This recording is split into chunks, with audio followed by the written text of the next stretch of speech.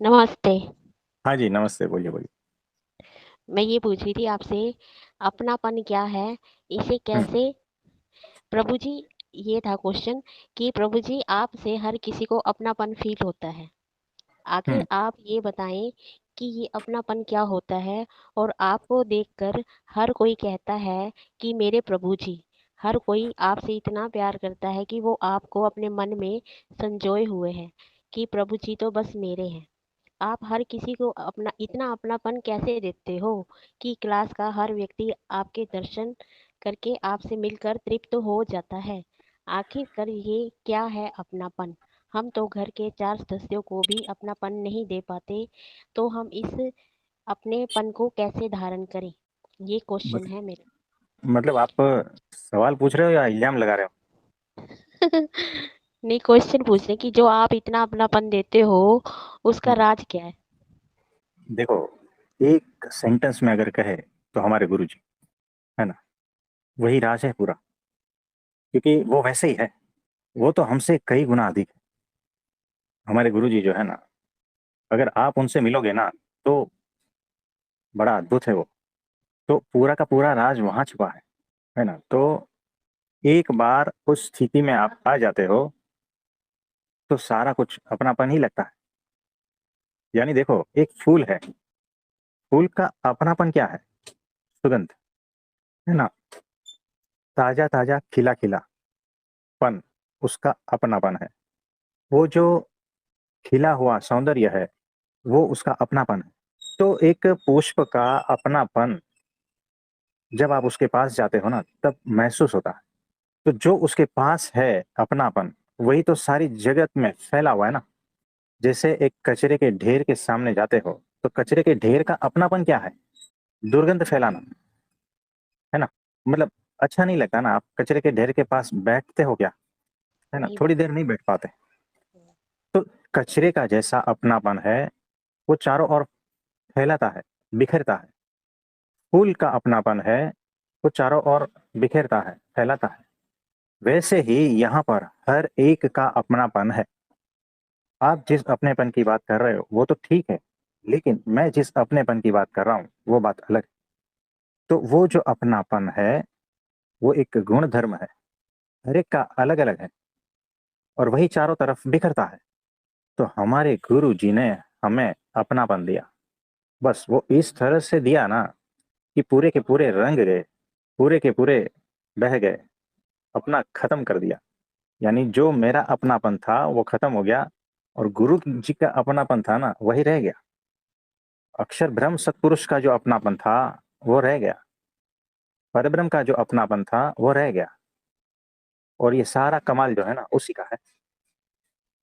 हम तो सिर्फ बोलने वाले हैं, हमारे में अपनापन जैसा कुछ नहीं है ना? तो सारा का सारा रहस्य, सारी शक्ति, सारा ऐश्वर्य, सारा कुछ उन्हीं का है। तो ये अनुभूति में आता है, जो पास आता है ना अनुभूति में आता है। हमारे गुरु जी की तो अनुभूति है और किसकी रहेगी? वही तो एकमात्र है, और कौन है यहाँ, है ना? तो इसीलिए आपको ऐसा लगता है, ऐसा महसूस होता है और आप हमारे पे ऐसा इल्ज़ाम लगा सकते हो। इसमें हाँ और जी, कुछ कहना है? हाँ जी, इल्ज़ाम तो हम आप पे लगा रहे हैं। आखिर आकर ऐसा आप में है क्या जो सारों को खींच लेते हो अपनी तरफ? चुंबक हो?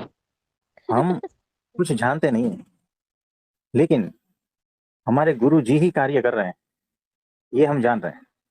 हमें पूरा पक्का है, यकीन है कि एकमात्र वही है और वही कार्य करते हैं, है ना? उसके अलावा कुछ नहीं है, हमारे गुरु जी ही है। प्रमुख स्वामी जी महाराज और महंत स्वामी जी महाराज, ये दोनों जो है ना, वही कर रहे हैं और इल्ज़ाम आप हम पे लगा रहे हो, है ना? ये ऐसा ही है। हाँ, क्योंकि जो हम लोग हैं, अपने घर के जो 4 सदस्य होते हैं, तो हम तो यही सोचते थे कि उनकी फीलिंग को समझ लेते हैं, तो हम उनको अपनापन दे रहे हैं। पर कभी-कभी टकराव भी हो जाता है, तो वो अपनापन इतना नहीं है। तो सही अपनेपन की डेफिनेशन क्या है? देखो कैसा है, जब आप अहंकार रहित हो जाते हो ना, तब सच्चा अपनापन आता है ना? और वही महसूस होता है, आप जो खुद हो ना भीतर, ये आपको पता नहीं है।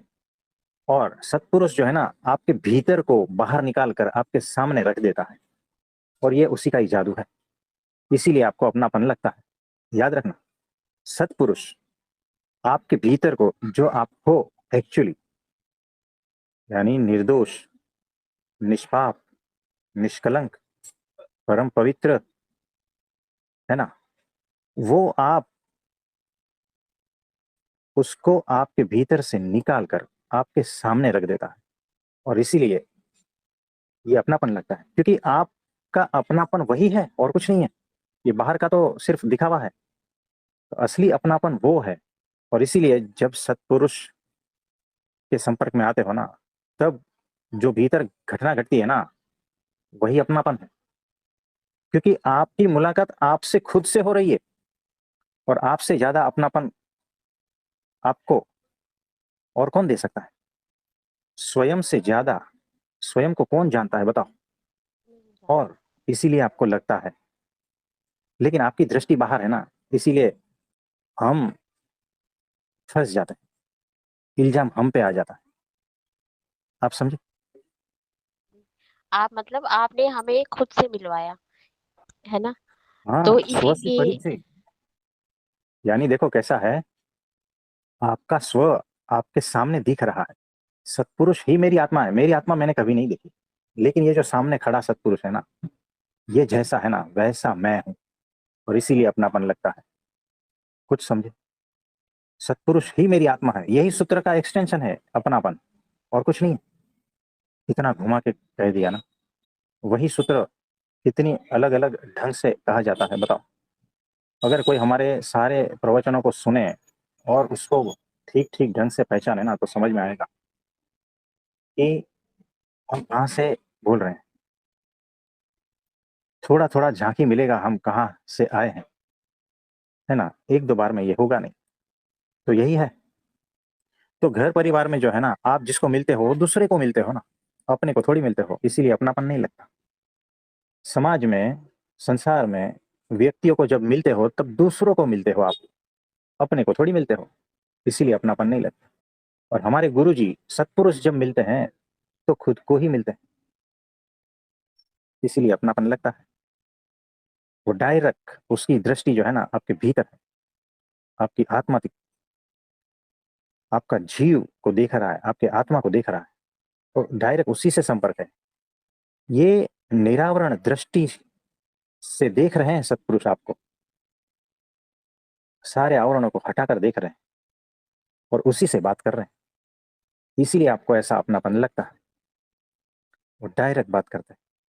अगर हमें आपके आवरणों से बात करनी होती ना, तो हम कभी बात ही नहीं करते, कभी नहीं। क्योंकि सत्पुरुष यहाँ पर किसी के आवरणों से बात करने के लिए नहीं आया है। याद रखना, सत्पुरुष का पर्पस वहां लिख लेना। इस जगत में किसी भी मनुष्य के आवरणों से बात करने के लिए सत्पुरुष आया ही नहीं। वो सीधा सीधा जीव से, उसकी आत्मा से बात करने के लिए आया है, डायरेक्ट। इसीलिए जो है ना, जब भी आप सत्पुरुष को देखते हो, आपके भीतर कुछ होने लगता है, आंखों में आंसू आने लगते हैं। क्योंकि उनकी दृष्टि जो है ना, निरावरण दृष्टि है, आवरणों को भेद कर भीतर जाने की दृष्टि है। एक्सरे उसके सामने कम पड़ जाता है। तो जो वो है वही आप हो, एग्जैक्ट। इसीलिए वही असली अपनापन है। आप समझे? मतलब कि आप सामने वाले को इतना अपनापन, इतनी रिस्पेक्ट देते हो कि उसे किसी भी तरह से हीन भावना आई ही ना मन में, और उसके सारे आवरणों को हटाकर, मतलब आप मान्यताओं से मुक्त हो और दूसरों को भी मान्यताओं से मुक्त होकर ही देखते हो। हाँ जी, एग्जैक्टली। लेकिन हमें जिसको धोना है उसको बराबर धो देते हैं, हाँ जी। है तभी ना? तो। ये भी है, हाँ जी। साथ में ये भी है। हाँ जी, बोलिए। मतलब कि आप जैसे कहते हैं ना कि परमात्मा मैले किचड़े कीचड़ वाले कपड़ों को भी धो डालता है, तो ऐसे आप कैसा भी जीव हो, उसके आवरण उतारते हो बड़ी नाजुकता से। हाँ जी, तो अगले जो दूसरे के मूर्तिकार लिए। है ना, मूर्तिकार, हम्म। आपने देखा होगा कितनी नाजुकता से वो काम करता है ना। आपने देखा होगा मूर्ति की जो छोटी सी उंगली है ना, वो कितनी नाजुक होती है, और उस पर एकदम अगर हथौड़ी पड़ जाए तो टूट भी सकती है ना, तो पूरी मूर्ति खंडित हो जाती है। इतना प्रेम पूर्वक वो कारीगर मूर्तिकार उसका गठन करता है, ये सिर्फ मूर्तिकार ही जानता है। आपने देखा होगा मूर्ति की जो नाक है, अगर उस पर हल्का सा जोर से हथौड़ा भी पड़ जाएगा ना, तो भी गई। पूरी मूर्ति फिर से बनानी पड़ती है। तो अखंड मूर्ति ऐसे बनती है सत्पुरुष के संग से। तो बड़ा अद्भुत कारीगर है। तो उसे पता है आपके भीतर व्यर्थ क्या है, और वो व्यर्थ को बस, उसकी दृष्टि जो है ना आपके सार्थक पे है, और निरर्थक व्यर्थ जो है ना उसको हटाने में लगी हुई है। लेकिन आप समझोगे नहीं, इस लीला को आप नहीं समझोगे। बहुत धीरज, धैर्य चाहिए, बहुत सूक्ष्म दृष्टि चाहिए सत्पुरुष के कार्य को समझने के लिए, है ना। तो देखो, पत्थर होता है, लेकिन मूर्तिकार को जो है ना उसमें मूर्ति दिखती है। तो जो व्यर्थ का पत्थर है ना उसको हथौड़ी छेनी से धीरे धीरे करके हटा देता है, और मूर्ति प्रकट हो जाती है।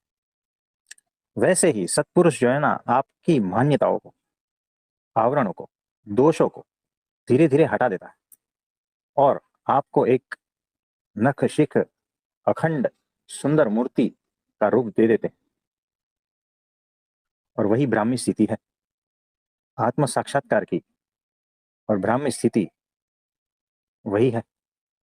सोचो कितना नाजुक कार्य है, और वो भी आप प्रतिकार करते हो, ऐसे विपरीत संजोगों में घड़ना पड़ता है। पत्थर तो चुपचाप रहता है ना, लेकिन आप तो जीवंत हो, और सत्पुरुष को आपके अहंकार से लड़ना है, आपकी मान्यताओं से लड़ना है, आपसे लड़ना है।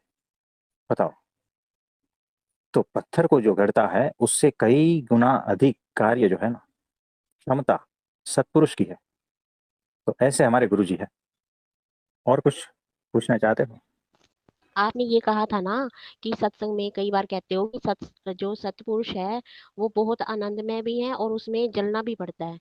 तो मतलब ये जो जीवों की हालत हो गई है उसको सही करने के लिए, या आप जब उनको देखते हो तो आपको उस पीड़ा का अनुभव होता है, तो वो एक तरह का जलना उसको ही बोलेंगे। और जो नहीं, आनंदमय अवस्था है।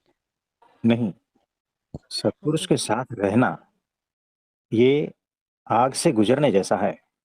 ये इसीलिए कि आपके जो है ना, ये कवच पता है, कर्ण को जो था कवच कुंडल है ना, हाँ जी। हाँ वो जी। उसके शरीर के साथ में चिपका था चमड़ी से।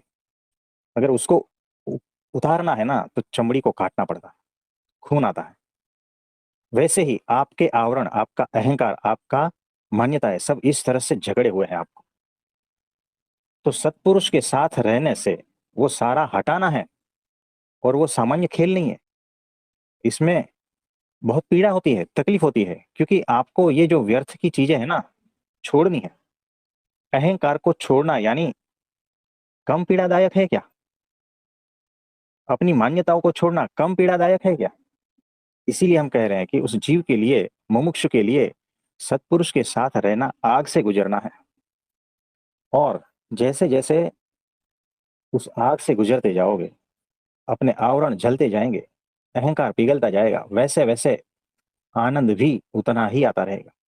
इसीलिए हम कह रहे हैं कि सत्पुरुष के साथ रहना आग भी है, शीतलता भी है, दुख भी है, पीड़ा है, और आनंद भी है, साथ साथ चलता है। तो ये है हमारा कहने का मतलब। एक क्वेश्चन और था मेरा आपसे कि हाँ जी। आप जो बोलते हो उसमें बड़ा ठहराव होता है, जो हमेशा ना लगता है कि इतना ठहराव। और कई बार ऐसा लगता है कि वो जो जैसे कई बार शोर भी आ रहा होता है फिर भी ये कितना ठहराव से बोलते हो आप, जो हमेशा आपकी ओर खींचता है। मेरा ये क्वेश्चन है कि जब आप प्रमुख स्वामी जी महाराज जी से मिले थे तो ये ठहराव पहले ही था या उनसे मिलने के बाद आया आप में? देखो, ठहराव तो हम में है ही, बचपन से ही है। और इसमें दो प्रकार के हैं, है ना। एक तो है भीतर का ठहराव, जो आत्मज्ञान की स्थिति है, उसी की स्थिति की बात कर रहा हूं मैं। तो ठहराव तो बचपन से ही है, हमें कोई चीज विचलित नहीं करती थी बचपन से ही। और हम, हमारे भीतर कोई प्रश्न भी नहीं था बचपन से ही। तो ठहराव तभी से ही है। लेकिन उसको जो क्वालिटी है ना, प्रमुख स्वामी जी महाराज के मिलने के बाद में आई, तो हमारे गुरु जी ने कहा।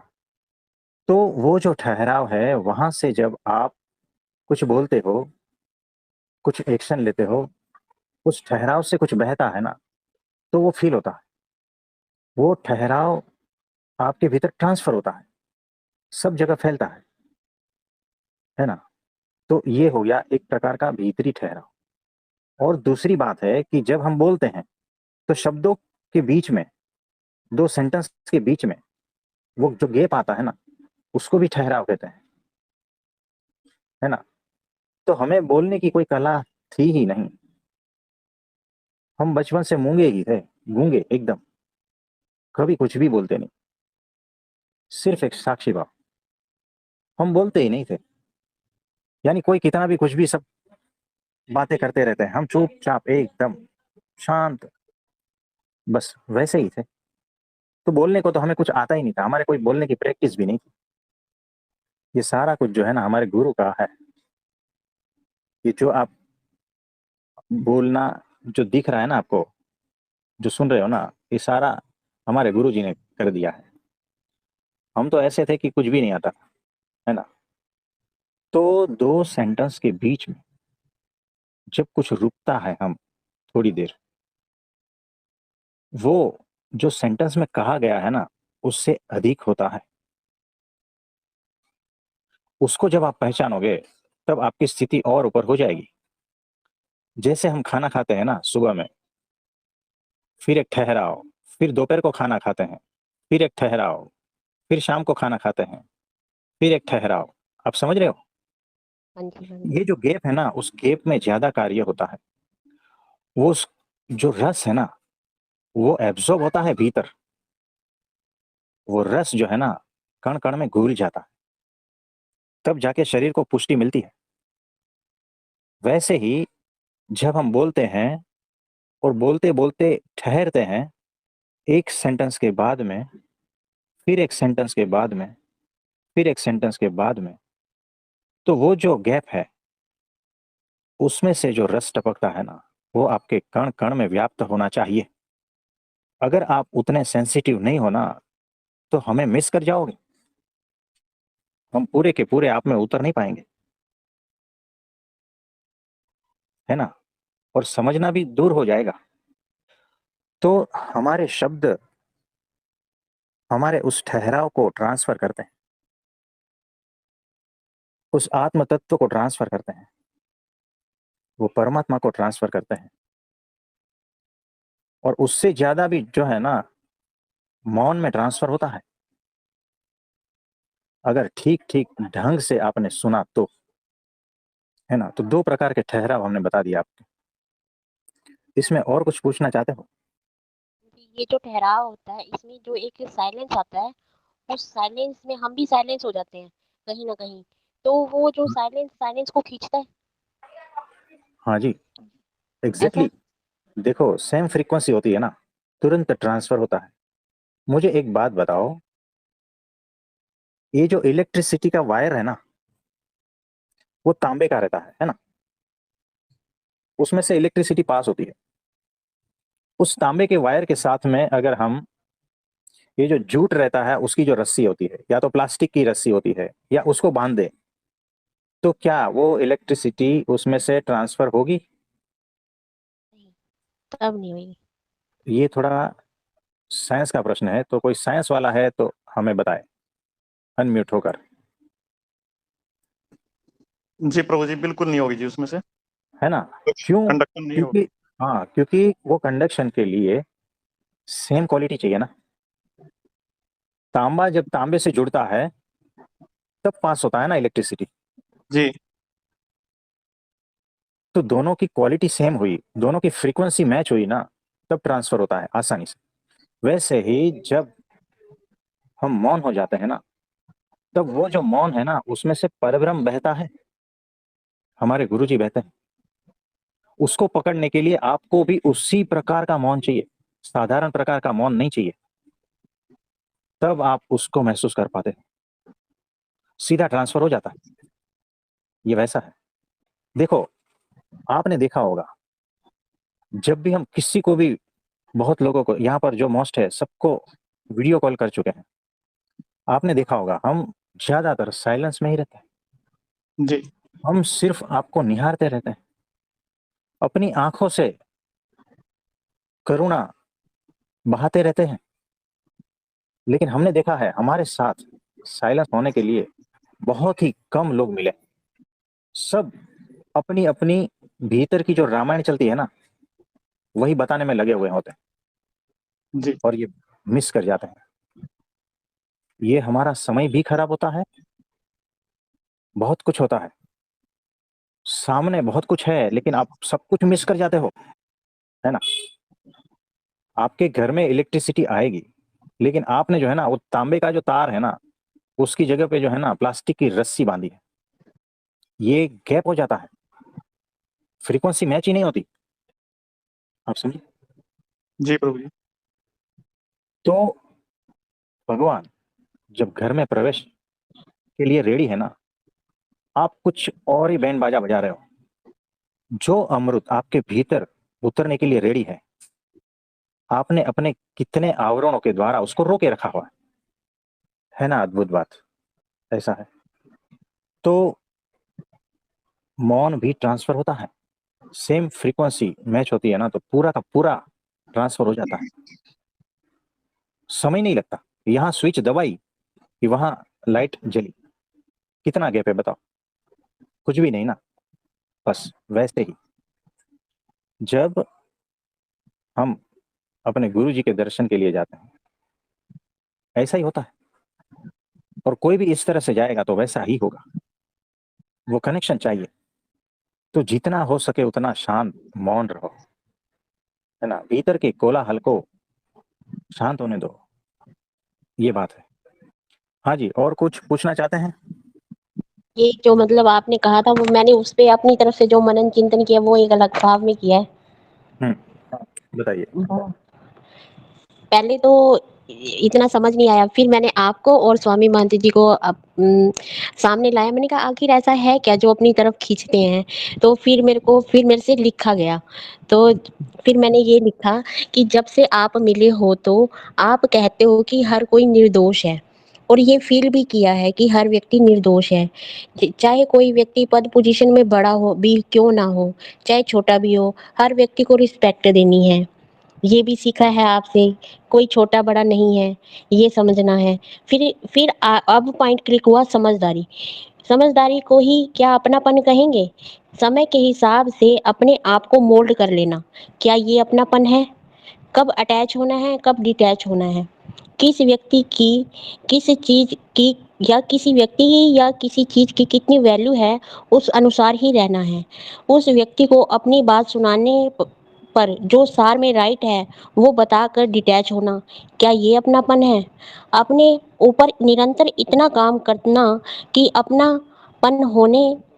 अपने ऊपर निरंतर काम करते रहना, अपने साथ अपनापन होने पर ही क्या हम दूसरों को अपनापन दे सकते हैं? इसके लिए हमें निरंतर अपने साथ एकांत में रहना आना चाहिए। जब हम एकांतिक होंगे और प्रभु के प्रेम में डूबे हुए होंगे, तो ही हम दूसरों को अपनापन दे सकेंगे। वो अपनापन जब हमारे अंदर आता है तब ही हम दूसरों को दे सकते हैं, अन्यथा नहीं दे सकते। जैसे कहते हैं ना कि चुंबक को ले लो तो वो लोहे को अपनी तरफ खींच ही लेती है। तो वो जो प्रभु प्रेम है, जब हम उसमें इतने डूबे हुए होंगे तो वो जो हमारे आसपास में आएगा वो अपने आप ही हम पर हमारे साथ खींच जाएगा। उस तरह से आप प्रभु जी आप हमें अपनी ओर खींच लेते हो, और हमें भी आप अपने जैसा निरंतर प्रभु चिंतन में डूबे रहना है। आपके जैसे हमें भी निरंतर प्रभु चिंतन में डूबे रहना है, तभी हम अपनेपन के महत्व को समझ सकेंगे। और अपने सब में स्थित होना ही अपनापन है। जब हम अपने सब में स्थित हो जाएंगे तो निरंतर हमसे करुणा प्रेम बहेगा, हमारी बातों में समझदारी और टिकाव होगा। फिर आपकी मैंने क्लास सुनी अखंड मूर्ति के ऊपर, तो उसमें कहा कि इतनी भरा और नाजुकता का काम है जो हमें जीव को अखंड मूर्ति बनाना है जैसे। तो सारा इतना मनन चिंतन करते करते लिखा गया ये सब। बराबर लिखा है, सही। हाँ जी, और कोई प्रश्न है तो बताइए। हाँ जी, जब जैसे एक मतलब आपसे बात करने पर मैंने ये क्वेश्चन किया था कि आप इतना अपनापन कैसे देते हो? तो ये तो एक छोटी-सी पॉइंट था जो मैंने आपसे पूछा, पर जब उसका मनन चिंतन किया ना, तो आपके बारे में बहुत अच्छे से पता चला कि आप ही वो अखंड मूर्ति हो और कितनी बारीकी से वो कारीगर होकर हम पर एक तरह से इतने अथाह प्रेम से और नाजुकता से कार्य कर रहे हो। इसीलिए फिर आपका बहुत-बहुत धन्यवाद। ये अंदर से निकला और आपकी पहचान बड़े गहरे से होती जा रही है और एक मतलब इतना मतलब दिल आत्मा उमंग उत्साह से भर जाती है कि उसको शब्दों में बता ही नहीं सकते। मतलब कहाँ से एक पॉइंट क्लिक होता है, फिर उस पे मनन चिंतन चलता है और फिर वो आप ही की क्लास में आंसर मिलता है। तो आपका बहुत-बहुत धन्यवाद। तहे दिल से धन्यवाद। धन्यवाद। और किसी का कोई प्रश्न है तो बताइए। प्रभु जी, हाँ जी, बोलिए। मैंने कहा जब वचनामृत बुक पढ़ रही थी तो आज मैंने ये फील किया कि बॉडी में सेंसेशन हो रहे हैं। हुँ, और जैसे सीमा बहन से बात कर रही थी तब भी हुँ। मुझे बॉडी में सेंसेशन फील हो रहा था। तो ऐसा भी होता है कि जब आप बात करते हैं अध्यात्म की या कुछ पढ़ते हैं तो आपके अंदर एनर्जी ट्रांसफर होती है, कुछ ऐसा? हाँ, ये होता है, बिल्कुल होता है। मतलब वो जो वेवलेंथ आपकी जो है भीतर थोड़ी चेंजेस होती है, ये होता है ऐसा। और ये हमेशा होता है कि अध्यात्म के बारे में चर्चा करते हो, किसी व्यक्ति से मिलते हो, किसी अच्छा पुस्तक पढ़ते हो, उस पुस्तक के लिखने वाले का भी एनर्जी ट्रांसफर होता है। सब कुछ वो महसूस होता है और वो कंपन होते हैं। ये नॉर्मल बात है, हम्म। इसमें कोई बड़ी बात नहीं, हम्म। है ना? नहीं, तो ये वो अच्छी। मुझे पूछना था कि ऐसा होता है क्या? हाँ जी, होता है, होता है। हाँ जी। हाँ जी, हाँ जी। और कोई प्रश्न है किसी का तो बताइए। हाँ जी, प्रणाम। रोज में एक ऐसा गीता में जो क्षेत्र और क्षेत्रज्ञ के विषय में बताया था भगवान कृष्ण ने, ऐसा बता दीजिए। कि क्षेत्र यानी जी जमीन और जी क्षेत्रज्ञ यानी उस जमीन का मालिक। वो जो मालिक इस तरह से है, सब में व्यापक है, इस तरह से। ये मोटा-मोटा है और ये वचनामृत में भी है। तो क्षेत्र और क्षेत्रज्ञ का कोई वचनामृत किसी के पास रहेगा तो हमें। हाँ जी, तो कौन-सा वचनामृत है? प्रभु जी, कल्याणी 12 है। कल्याणी 12 ना? 1 मिनट। तो शशि भाई, प्रभु जी। तो 2 चीज़ है, एक है क्षेत्र यानी आपका मकान और जी। एक है क्षेत्रज्ञ यानी आप खुद। जी। यानी आप मकान के मालिक हो, आप पूरे मकान में फैले हुए हो ना, जी। हर कमरे में जा सकते हो आराम से, है ना? जी। तो मोटा-मोटा ये चीज़ हो गया। अगर शरीर को देखें तो शरीर हो गया क्षेत्र और उसमें ये जो जीव है ना, ये हो गया क्षेत्रज्ञ। जी प्रभु यानी जी। जीव जो है, ये देह रूपी जो क्षेत्र है, उसका जाननारा यानी वो ज पूरे शरीर में हर चीज़ जो हो रही है, उसको जानने वाला जी। और उसका नियामक, जी। प्रेरक, ऐसा जी। चैतन्य तत्व, वो हो गया क्षेत्रज्ञ। यानी मेरा जो जीव है, वो मेरे शरीर का क्षेत्रज्ञ है और ये मेरा शरीर जो है, वो क्षेत्र है। जी। ठीक है? जी प्रभु अब जी। देखो, ये जो क्षेत्रज्ञ है, ये जो जीव, उसको अगर हम क्षेत्र पकड़े, तो जो परमात्मा है, वो हमारा क्षेत्रज्ञ हो जाता है। जी प्रभु जी, बिल्कुल। यानी ये जो मकान है आपका, वो क्षेत्र है और आप क्षेत्रज्ञ हो। जी। ठीक है? आप क्षेत्र बन जाओगे तो आपका जो जीव है, वो क्षेत्रज्ञ हो जाएगा जी प्रभु जी। और आपका जीव जब क्षेत्र है, तो परमात्मा जो है, परब्रह्म, वो आपका क्षेत्रज्ञ हो जाएगा। जी प्रभु जी। ये पूरी लाइन चलती है, जी। समझ गए ना? हाँ जी प्रभु जी। बस इसी तरह से है। और किसी का कोई प्रश्न है तो बताइए। प्रणाम प्रभु जी। हाँ जी, प्रणाम। यहाँ जैसे हमने जीव बोला, जीव का हुँ, अर्थ चेतना को लगा समझेंगे? वो चैतन्य तत्व है ना, जीव जड़ नहीं है ना, हाँ जी। तो तो मीनिंग वही, इसीलिए। मतलब चेतना। मतलब देखो, हाँ, चेतना ही समझ लो। मतलब हम्म। अचेतन और चेतन अगर 2 विभाग करे तो वो चेतन हम्म। तत्व है, हम्म। ऐसा। ठीक। पत्थर में अचेतन है। यानी कि जैसे कॉन्शियस माइंड हम कहते हैं और अनकॉन्शियस कहते हैं। हाँ, कॉन्शियस नहीं, वैसा नहीं, वो अलग चीज होगी, वो उसकी अवस्था होगी अच्छा, माइंड ठीक की। है। कोई हम्म बात नहीं, ज्यादा हम्म सोचेंगे कंफ्यूज हो जाएंगे, उससे अच्छा है ना आलू परोठे की नहीं, वो मैं समझ गई कि पत्थर में चेतनता कम है, वो जड़ माना जाता है, फिर भी चैतन्य भी है, लेकिन उसमें कम है। हाँ जी, कोई बात नहीं।